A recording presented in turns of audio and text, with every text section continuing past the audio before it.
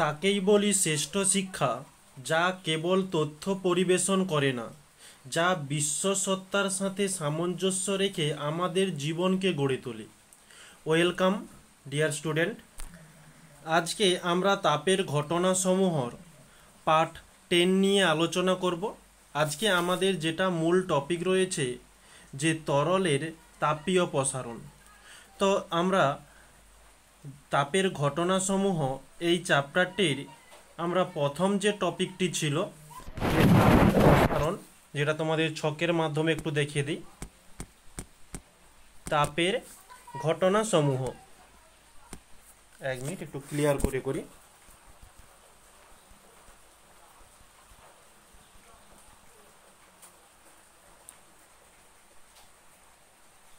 তাপের ঘটনাসমূহ। তো এই চ্যাপ্টারটিকে আমরা দুটি পার্টে ভাগ করেছিলাম। একটি তাপের পরিবহন এবং আরেকটি ছিল তাপীয়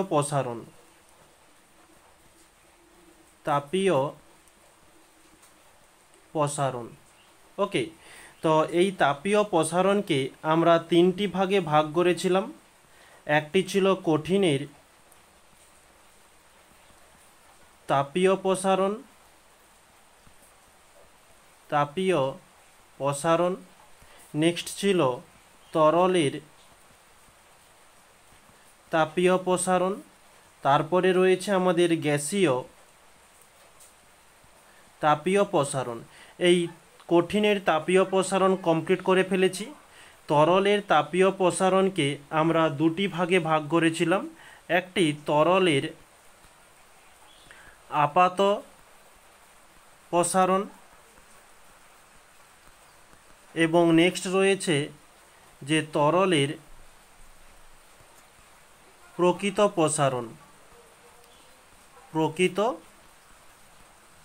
প্রসারণ।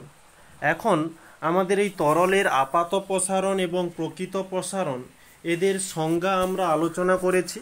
তো আজকে আমরা এই আপাত প্রসারণ এবং প্রকৃত প্রসারণ কোন কোন বিষয়ের ওপর নির্ভর করে এবং এদের সমীকরণ নিয়ে আলোচনা করব। তো আমরা এখানে প্রথমত হেডিং দিই যে আপাত প্রসারণের তরলের আপাত প্রসারণের নির্ভরশীলতা।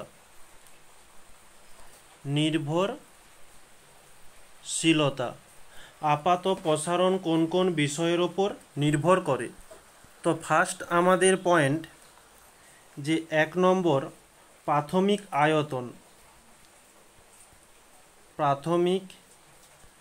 আয়তন। যেমন আমরা দৈর্ঘ্য বা ক্ষেত্র আয়তন প্রসারণ পড়েছিলাম কঠিনের, ঠিক একই রকমের। যে উষ্ণতা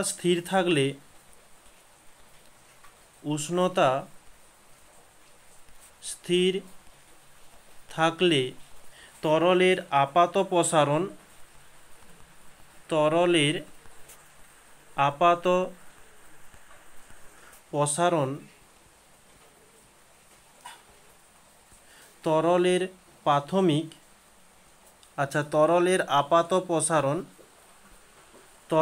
আপাত প্রসারণটা কোনটি? ধরো V2 মাইনাস V1, ওকে, বা একে আমরা বলতে পারি ডেল ভি। এটি হচ্ছে আপাত প্রসারণ। এই তরলের আপাত প্রসারণ তরলের প্রাথমিক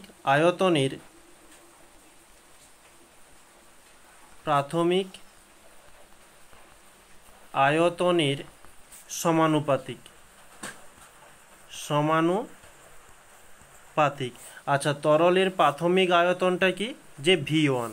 তো এই যে ব্যাপারটা লিখেছি এটা একটা তোমাদের বলে দিই, আগে যেসব ক্লাসগুলো হয়েছে যারা দেখেছো তারা খুব সহজেই বুঝে ফেলেছো। আপাত প্রসারণ বলতে ওই পাত্রের বা তরলের আয়তন বৃদ্ধি। যে আগে ছিল আয়তন V1, সেখান থেকে উষ্ণতা বৃদ্ধির ফলে হয়েছে V2, তাহলে কতটা বৃদ্ধি পেয়েছে? V2 minus V1। আর একে আমরা ডেল ভি দ্বারা চিহ্নিত করি, আর এটি হচ্ছে আমাদের তরলের এই আপাত প্রসারণ। ওকে, এই কারণে এখানে ডেল ভি বা V2 মাইনাস V1 করেছি। আর প্রাথমিক আয়তনটা কি? প্রাথমিক আয়তন হচ্ছে V1। এরা দুজন একে অপরের সমানুপাতিক, অর্থাৎ ডেল ভি সমানুপাতিক V1। ওকে, এটা হচ্ছে আমাদের 1 নম্বর হয়ে গেল। নেক্সট দ্বিতীয় নম্বর কি বলছে? যে উষ্ণতা বৃদ্ধি। উষ্ণতা বৃদ্ধি, উষ্ণতা বৃদ্ধিতে আছে যে তরল পদার্থটির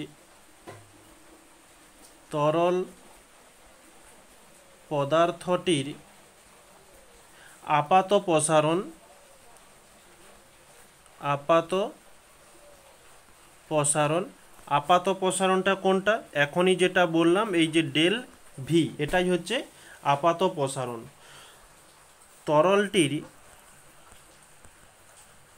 তরলটির উষ্ণতা বৃদ্ধির সমানুপাতিক।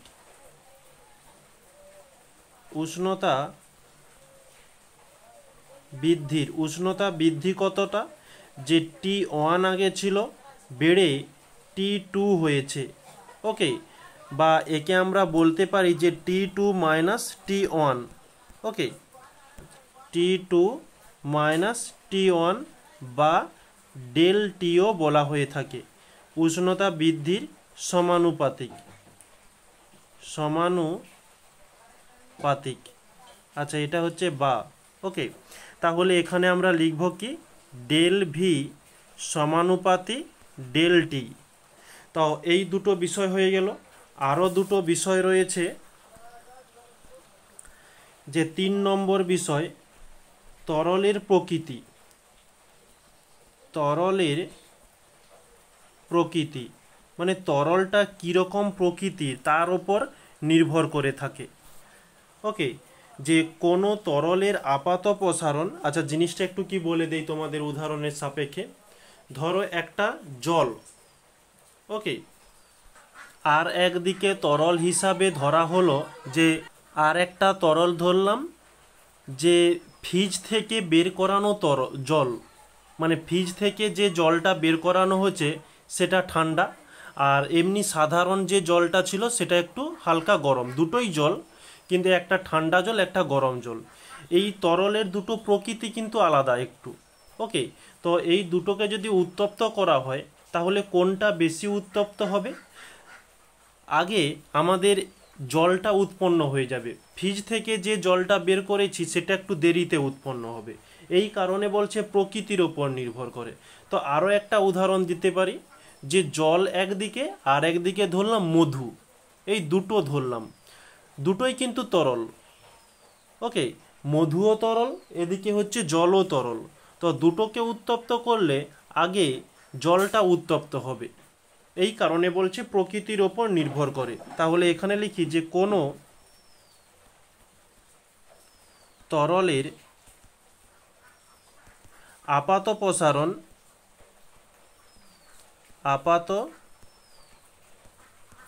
প্রসারণ তার প্রকৃতির ওপর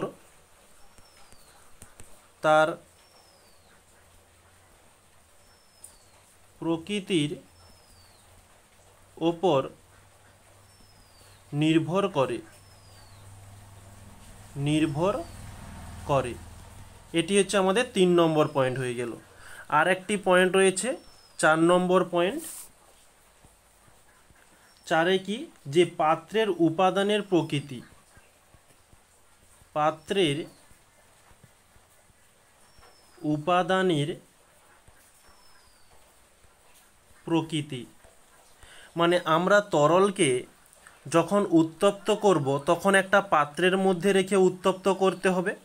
এটা আমরা আগামীকাল খুব ভালোভাবে জেনেছি। কারণ কি? তরলের আকার নেই, শুধুমাত্র আয়তন থাকার জন্য যে কোনো একটা পাত্রে রেখে উত্তপ্ত করতে হবে।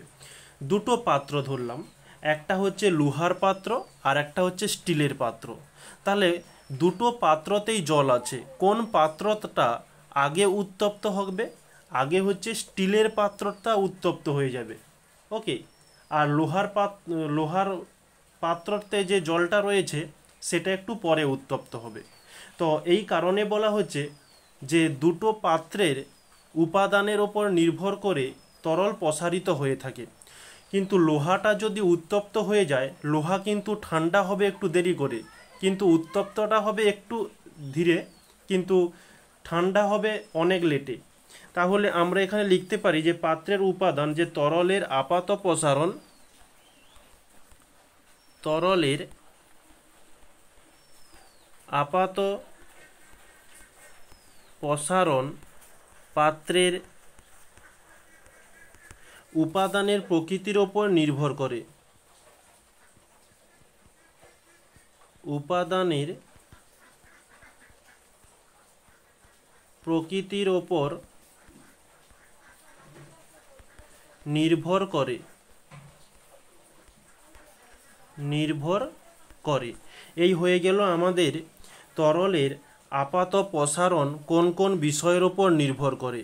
তো আপাত প্রসারণ হয়েছে যেহেতু, তাহলে প্রকৃত প্রসারণও আমাদের নির্ণয় করতে হবে।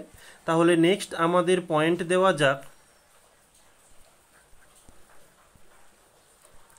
যে তরলের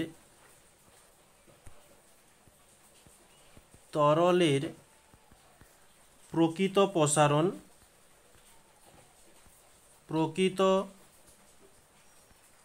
প্রসারণের নির্ভরশীলতা,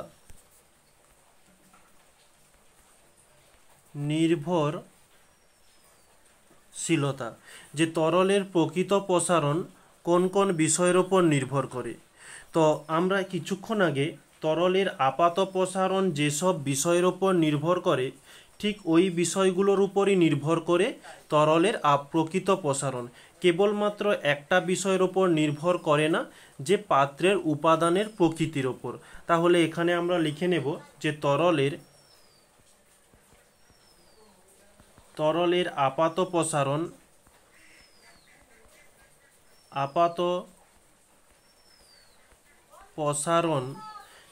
যেসব বিষয়ের উপর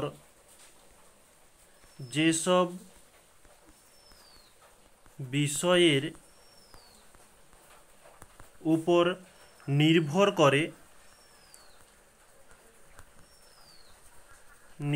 করে প্রকৃত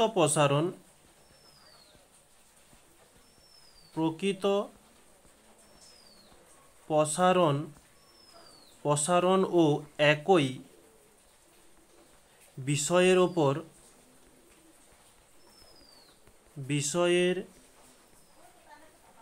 উপর নির্ভর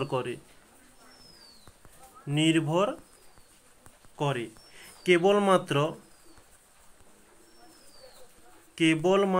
পাত্রের উপাদানের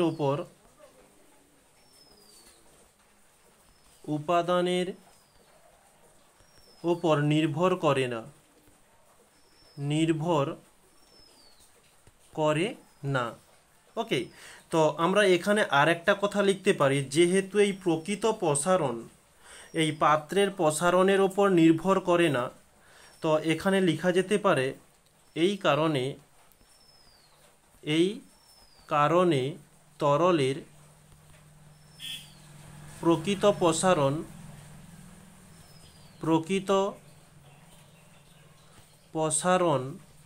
বা তরলের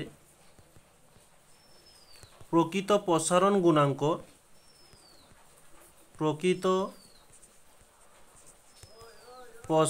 গুণাঙ্ক তরলের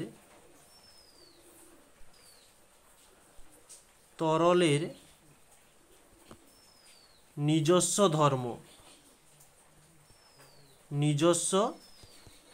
ধর্ম। ওকে, তোমাদের এই প্রশ্নটা খুব বেশি পরীক্ষাতে দেখতে পাবে যে তরলের প্রকৃত প্রসারণ বা প্রকৃত প্রসারণ গুণাঙ্ক তরলের কি নিজস্ব ধর্ম, এই প্রশ্নটা তোমরা প্রায় দেখতে পাবে। এখানে কোশ্চেন হিসাবে লিখে দিই। আচ্ছা, কোশ্চেন তোমাদের এখানে কীভাবে কোশ্চেনটা আসে, কোশ্চেন তরলের প্রকৃত প্রসারণ ও তরলের আপাত প্রসারণ বা প্রসারণের মধ্যে তরলের নিজস্ব ধর্ম কোনটি? নিজস্ব ধর্ম কোনটি এবং কারণ লেখো। যখন শুধু প্রসারণের কথা বলবে তাহলে আমি যে এখানে উত্তরে গুণাঙ্কটি লিখেছি এই গুণাঙ্কটি লেখার কোনো প্রয়োজন নেই। ওকে, আবার যখন এই কোশ্চেনটি আরও একভাবে হয়ে থাকে কি, যে তরলের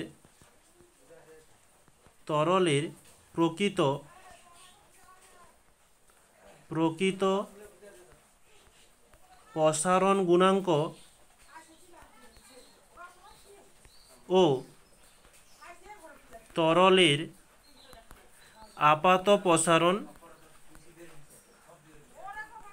আপাত প্রসারণ গুণাঙ্কের মধ্যে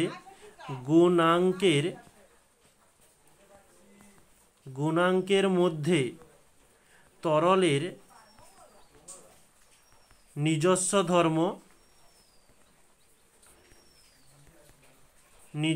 ধর্ম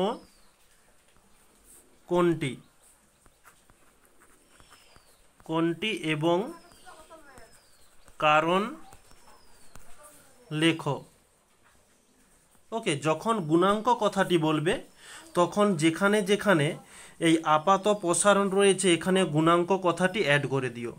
ওকে, এই যে প্রকৃত প্রসারণ রয়েছে এখানেও গুণাঙ্ক কথাটি অ্যাড করে দিও। যেখানে প্রকৃত বা আপাত প্রসারণের কথা থাকবে সেখানে গুণাঙ্ক কথাটি অ্যাড করে দিলেই আমাদের পুরো পারফেক্ট উত্তর হয়ে যাবে। ওকে, তো এখান থেকে তোমাদের এরকমই কোশ্চেন বা এই যে কোশ্চেনটা এখন আলোচনা হলো এই কোশ্চেনটা খুব এসে থাকে তোমাদের পরীক্ষাতে। এখন আমরা নেক্সট পরবর্তীতে যাব যে সমীকরণ। নেক্সট পরবর্তী স্লাইডে হেডিং দেওয়া যাক যে সমীকরণ। ঠিক আগে আমরা যেমন সমীকরণগুলো আলোচনা করেছি ঠিক একই রকমের দেখতে গেলে কীরকমই তোমাদের বললে তোমরা খুব সহজে বুঝতে পারবে। যে ধরি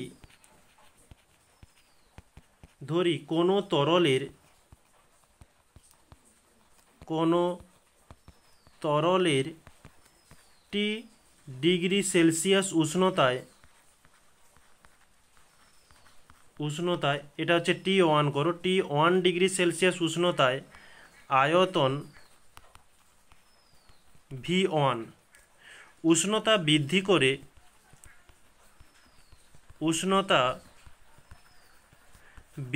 করে T2 ডিগ্রি সেলসিয়াস উষ্ণতায় আয়তন V2 হয়।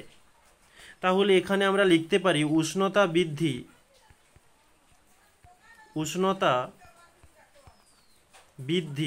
কতটা বৃদ্ধি হয়েছে? T2 মাইনাস T1, আর এর ফলে আয়তন বৃদ্ধি হয়েছে। আচ্ছা, একে আমরা এই উষ্ণতা বৃদ্ধিকে আমরা কি বলে থাকি? ডেল টি দ্বারা চিহ্নিত করি, তাহলে ডেল টি হয়ে যাবে কি T2 মাইনাস T1। আর আয়তন বৃদ্ধি কতটা হয়েছে? আয়তন বৃদ্ধি হচ্ছে ডেল ভি, আয়তন বৃদ্ধি হয়েছে V2 মাইনাস V1, এটা হচ্ছে আমাদের আয়তন বৃদ্ধি। তাহলে আমরা এখানে লিখব যে আমরা জানি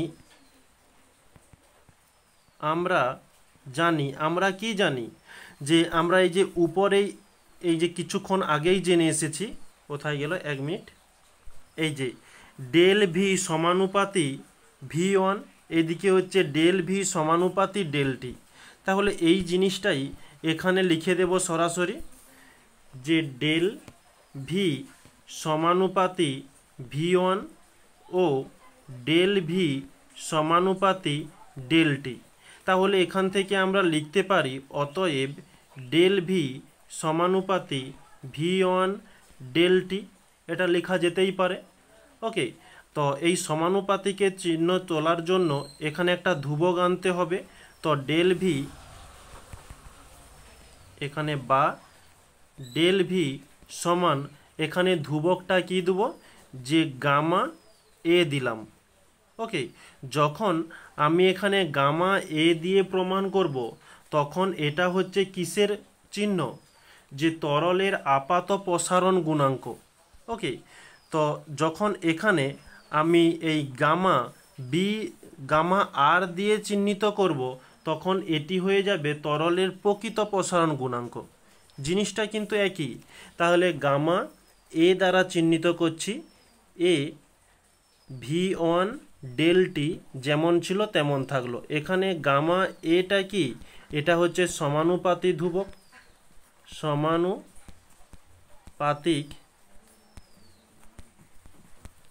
ধ্রুবক। নেক্সট পরবর্তী লাইনে বা গামা এ সমান তাহলে কি হয়ে যাবে, যে ডেল টি, আচ্ছা ডেল টি নয়, del V by V1 into del T. Okay, তো এখানে যখন গামা আর দ্বারা চিহ্নিত করব, গামা আর দ্বারা যদি চিহ্নিত করা হয় তাহলে আমাদের এখানে সমীকরণটা হয়ে যাবে, বা একে লিখতে পারি গামা আর সমান del V by V1 into del T. এই গামা আরটা কি, এটা তোমাদের আগামীকাল বলেছিলাম যে তরলের, আগামীকাল বলছি, আগামীকাল তো এখনও আসেনি, গতকাল তোমাদের ক্লাসে আলোচনা হয়েছিল যে তরলের প্রকৃত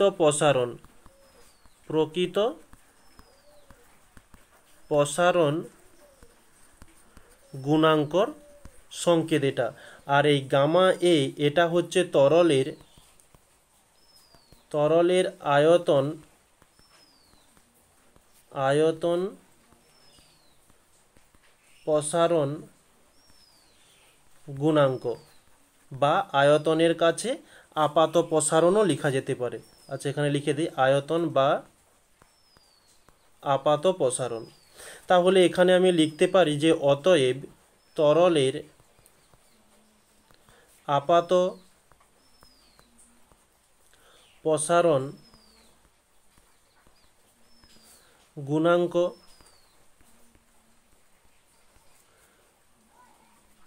গামা এ বা তরলের প্রকৃত প্রসারণ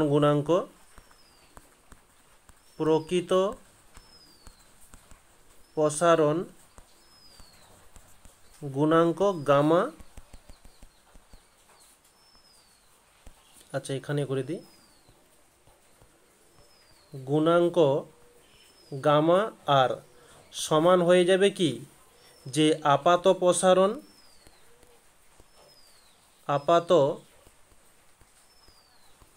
প্রসারণ আমরা একে ডেল ভি দ্বারা চিহ্নিত করি, আর নিচে হয়ে যাবে প্রাথমিক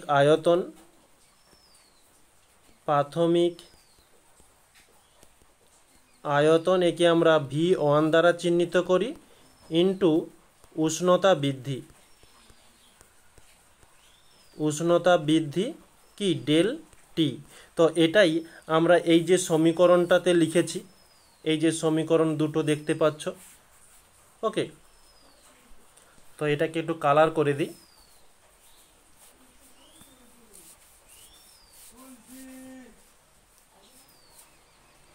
ওকে, তো এই যে সমীকরণটা আমরা এখানে লিখেছি ওই সমীকরণ থেকে আমরা একক প্রতিস্থাপন করতে পারি। তাহলে আমরা এখানে হেডিং দেই যে একক, এক মিনিট কালারটা চেঞ্জ করি।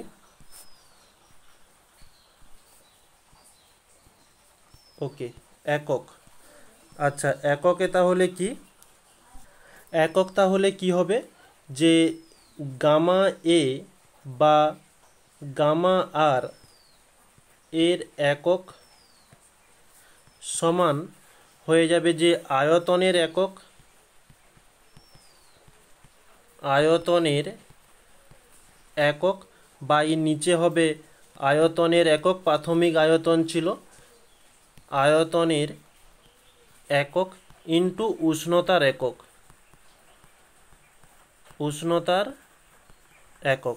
এখানে আয়তন আয়তন কেটে গেল, তাহলে থাকলো কেবলমাত্র উষ্ণতা, যে উষ্ণতার একক। তো উষ্ণতার একক কি হয়ে থাকে, যদি আমরা এসআই পদ্ধতিতে লিখি তাহলে হয়ে যাবে কেলভিন, যদি আমরা সিজিএস পদ্ধতিতে লিখি তাহলে হয়ে যাবে ডিগ্রি সেলসিয়াস, আর যদি একে আমরা এফপিএস পদ্ধতিতে লিখি, এফপিএস পদ্ধতিতে লিখি তাহলে হয়ে যাবে ডিগ্রি ফারেনহাইট। তো এটাকে এখানে একটু পরিষ্কার করে লিখে দিচ্ছি, তাহলে গামা এ বা গামা আর এর এসআই একক, সিজিএস একক এবং এফপিএস একক। এসআই একক তাহলে কি হবে, কেলভিন ইনভার্স, সিজিএস হবে ডিগ্রি সেলসিয়াস ইনভার্স হয়ে যাবে, এবং ফারেনহাইট হয়ে যাবে ডিগ্রি ফারেনহাইট ইনভার্স। ইনভার্স কেন দিলাম, কারণ এগুলো হচ্ছে নিচে ছিল, যখন উপরে যাবে তখন ওটা ইনভার্স আকারে চলে যাবে। এই হচ্ছে আমাদের একক। এরপরে আমরা দেখব যে মাত্রা, তাহলে হেডিং দেওয়া যাক মাত্রা। তো মাত্রাতে কি, যে গামা এ বা গামা আর এই দুইজনের মাত্রার সমীকরণটা তো আমাদের একই ছিল, তাই একসাথেই করে দিচ্ছি। আচ্ছা, এটি হয়ে যাবে আয়তনের মাত্রা, মাত্রাকে আমরা তৃতীয় বন্ধনীর মধ্যে আবদ্ধ করি, নিচেও হয়ে যাবে আমাদের আয়তন, এদিকে হয়ে যাবে কি উষ্ণতা। তো আয়তন আয়তন কেটে গেল, তাহলে থাকলো কি কেবলমাত্র উষ্ণতা। তো উষ্ণতার মাত্রা হয় থিটা দ্বারা আমরা চিহ্নিত করি, এই থিটাটা যখন উপরে যাবে থিটা ইনভার্স হয়ে যাবে। তাহলে আমরা এখানে একটা জিনিস লক্ষ্য করতে পারি, একক এবং মাত্রা শুধুমাত্র এই উষ্ণতার ওপর নির্ভর করে, এই আয়তনের ওপর নির্ভর করে না। তাহলে আমরা এখানে লিখে নেব যে নোট দিয়ে, নোট যে তরলের গামা এ বা গামা আর, এটা হচ্ছে শুধু চিহ্নটা লিখে দিচ্ছি, যে তরলের আয়তনের ওপর নির্ভর করে না। আচ্ছা, এই তরলের গামা এ বা গামা আর এর একক ও মাত্রা লিখি, এর একক ও মাত্রা আয়তনের ওপর নির্ভর করে না, আয়তনের উপর নির্ভর করে না, কেবলমাত্র উষ্ণতার ওপর নির্ভর করে, উষ্ণতার উপর নির্ভর করে। ওকে, এই হচ্ছে আমাদের একক এবং মাত্রা হয়ে গেল। এখন এই যে গামা এ এবং গামা আর রয়েছে, এদের একটি সম্পর্ক রয়েছে। সম্পর্কটা কি তোমাদের এখানে একটু দেখিয়ে দিই। তো আমরা প্রথম দিন নয়, আমাদের গতকাল একটা ক্লাসে আমরা একটা সূত্র জেনেছিলাম, যে সূত্রটা আমাদের কি ছিল, যে প্রকৃত প্রসারণ,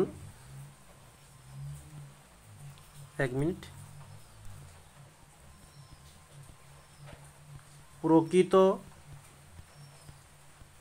প্রসারণ, এই প্রকৃত প্রসারণকে আমরা কি দ্বারা চিহ্নিত করি, গামা আর দ্বারা চিহ্নিত করি। ওকে, এর সূত্রটা কি ছিল, যে আপাত প্রসারণ। তো এটা তরলের আপাত প্রসারণ হবে, প্রত্যেকটাতে আর আমি লিখছি না। আপাত প্রসারণ একে আমরা কি দ্বারা চিহ্নিত করি, গামা এ দ্বারা চিহ্নিত করি। এর সঙ্গে কিসের প্রসারণ যোগ করা হয়? পাত্রের প্রসারণ যোগ করা হয়। পাত্রের প্রসারণ যোগ করা হয়। পাত্রের প্রসারণকে আমরা গামা জি দ্বারা চিহ্নিত করি। পাত্রকে হচ্ছে গ্লাস হিসাবে ধরা হয়েছে, এই কারণে হচ্ছে জি। তাহলে এদের সম্পর্কটা কি হয়ে যাবে? তাহলে গামা আর সমান গামা এ প্লাস গামা জি, এই হচ্ছে সম্পর্ক তিনজনের। ওকে, এতে আর বিশেষ কিছু জটিলতা নেই। তো আজকে আমরা আপাত প্রসারণ এবং প্রকৃত প্রসারণ এটা নিয়েই বিশেষ আমাদের চর্চা ছিল। তো এই আপাত প্রসারণ এবং প্রকৃত প্রসারণ এর পার্থক্যটা আজকে আমরা করে নিই। তাহলে আমরা এখানে হেডিং দিব যে আপাত, এক মিনিট,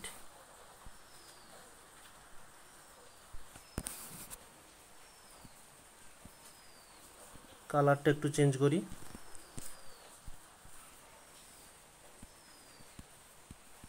আচ্ছা, আপাত প্রসারণ বা আপাত প্রসারণ গুণাঙ্ক।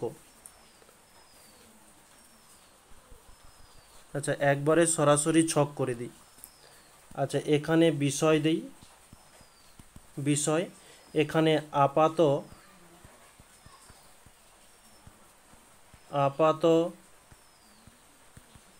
প্রসারণ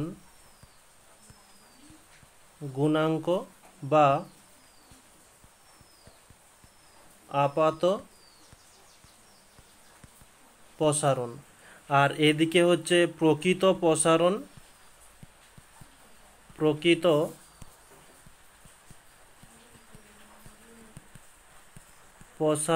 গুণাঙ্ক বা প্রকৃত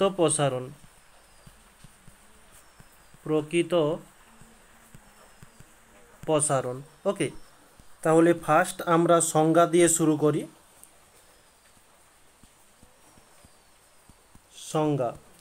সংজ্ঞাটা কি? খুব ছোট্ট একটা সংজ্ঞা দেওয়ার চেষ্টা করব এখানে, যে নির্দিষ্ট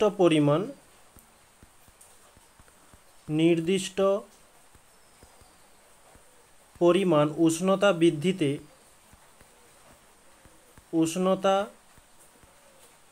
বৃদ্ধিতে কোনো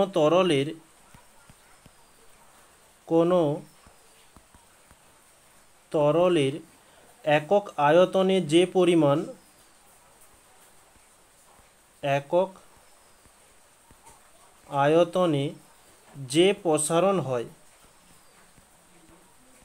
যে প্রসারণ হয় তাকে আপাত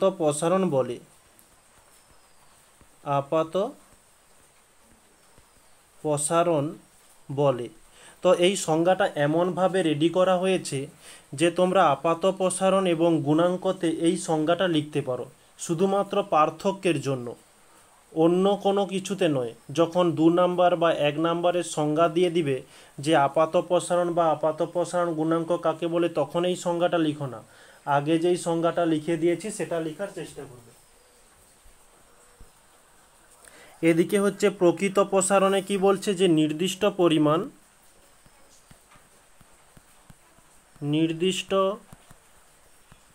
পরিমাণ উষ্ণতা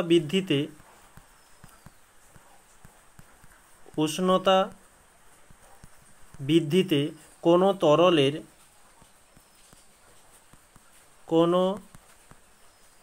তরলের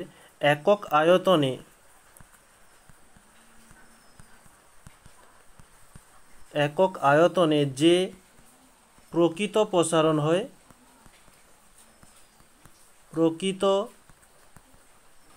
প্রসারণ হয় তাকে,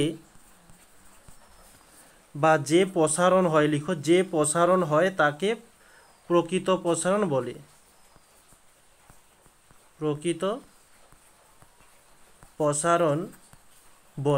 ওকে, এই হচ্ছে আমাদের সংজ্ঞা হয়ে গেল। নেক্সট, পরবর্তী পয়েন্ট, যে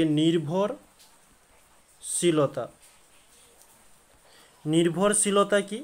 যে পাত্রের উপাদানের উপর নির্ভর করে আরও অনেক কিছু রয়েছে, কিন্তু বিশেষ করে পাত্রের উপাদানের কিছুক্ষণ একবারে তোমাদের আজকের ক্লাসেই প্রথমে নির্ভরশীলতা পড়ানো হয়েছিল, যে পাত্রের উপাদানের ওপর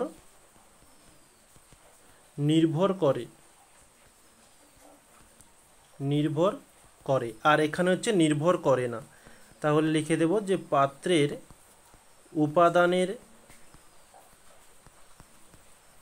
উপাদানের উপর নির্ভর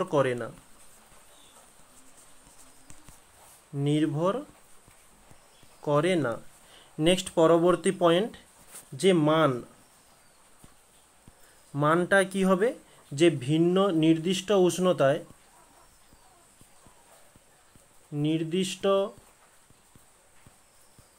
উষ্ণতায় ভিন্ন ভিন্ন পাত্রের জন্য ভিন্ন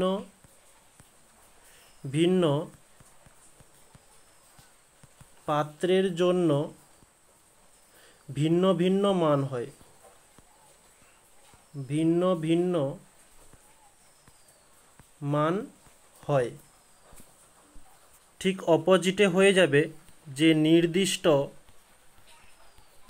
উষ্ণতার মান উষ্ণতায়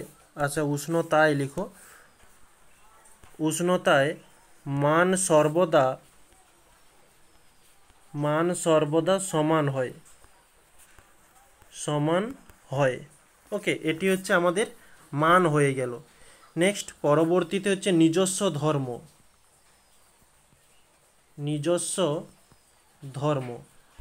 এটি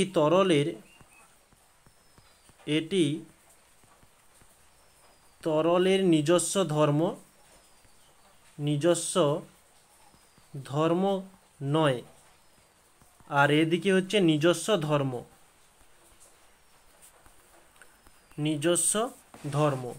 আর এদিকে তুলনা। নেক্সট পরবর্তীতে যে পয়েন্ট দেই, তুলনাতে হয়ে যাবে কোনো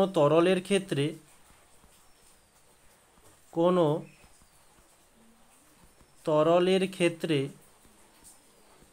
এর মান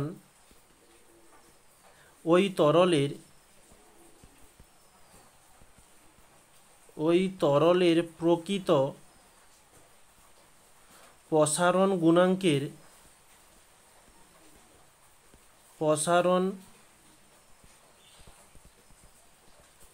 গুণাঙ্কের অপেক্ষা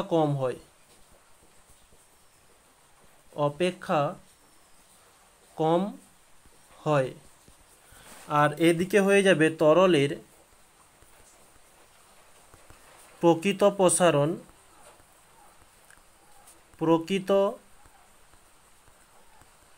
প্রসারণ গুণাঙ্কের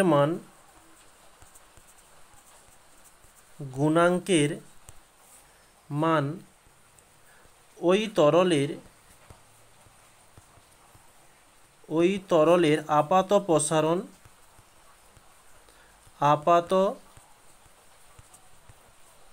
প্রসারণ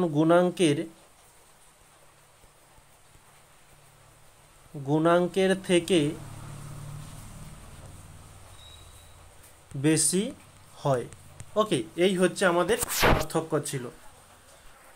নেক্সট আমরা আগামীকাল তোমাদের এই যে কিছুক্ষণ আগে যে সমীকরণগুলো দেখানো হয়েছিল, এই একটি সমীকরণ, এবং নেক্সট এরপরে এই যে সমীকরণগুলো রয়েছে, এই সমীকরণ থেকে যেসব ম্যাথগুলো হয়ে থাকে, এই পর্যন্ত ম্যাথ তোমাদের পরীক্ষাতে আসেনি, কিন্তু যেসব ম্যাথগুলো হয় সেই সব ম্যাথগুলো নিয়ে আমরা আগামীকাল আলোচনা করব। এবং ওই ম্যাথগুলো শেষ করে যদি আমাদের সময় বাড়ে, তাহলে আমরা এই গ্যাসীয় তাপীয় প্রসারণটি আমরা শুরু করব। আমরা এই তরলের তাপীয় প্রসারণটা কমপ্লিট করে ফেলেছি, শুধু ম্যাথটা বাকি, এবং এরপরে আমরা গ্যাসীয় তাপীয় প্রসারণটা কমপ্লিট করব। তারপরে তাপের পরিবহন বিশেষ একটা বড় হবে না, খুব ছোট, শুধু সবথেকে বড় লেন্থ ছিল যেই কঠিনের তাপীয় প্রসারণ, আর এটা আমরা কমপ্লিট করে ফেলেছি। ওকে, তো আজকের এই ক্লাসটি তাহলে আমরা এইখানে সমাপ্ত করছি। যদি কোনো সমস্যা থেকে থাকে অবশ্যই কমেন্টে জানিও, না হলে টেলিগ্রাম গ্রুপ তোমাদের কমেন্ট নেওয়ার জন্য সবসময় একেবারে রেডি আছে, প্রস্তুত রয়েছে, কোনো সমস্যা নেই, ওখানেও তোমরা কমেন্ট করে জানাতে পারো। তাহলে সবাইকে থ্যাংক ইউ বলে এই বর্ষার বাজারে ক্লাসটি বন্ধ করছি। বর্ষার বাজারে বলে এই নয় খিচুড়ি খেয়ে শুধু সারাদিন ঘুমাবে আর ফোন ঘাঁটবে, একটু পড়াশোনার দিকেও একটু সামান্য কিছু মন দিতে হবে, খিচুড়িও খেতে হবে, ঘুমাতেও হবে এবং পড়তেও হবে। তাহলে সবাইকে থ্যাংক ইউ বলে ক্লাসটি এখানে সমাপ্ত করছি।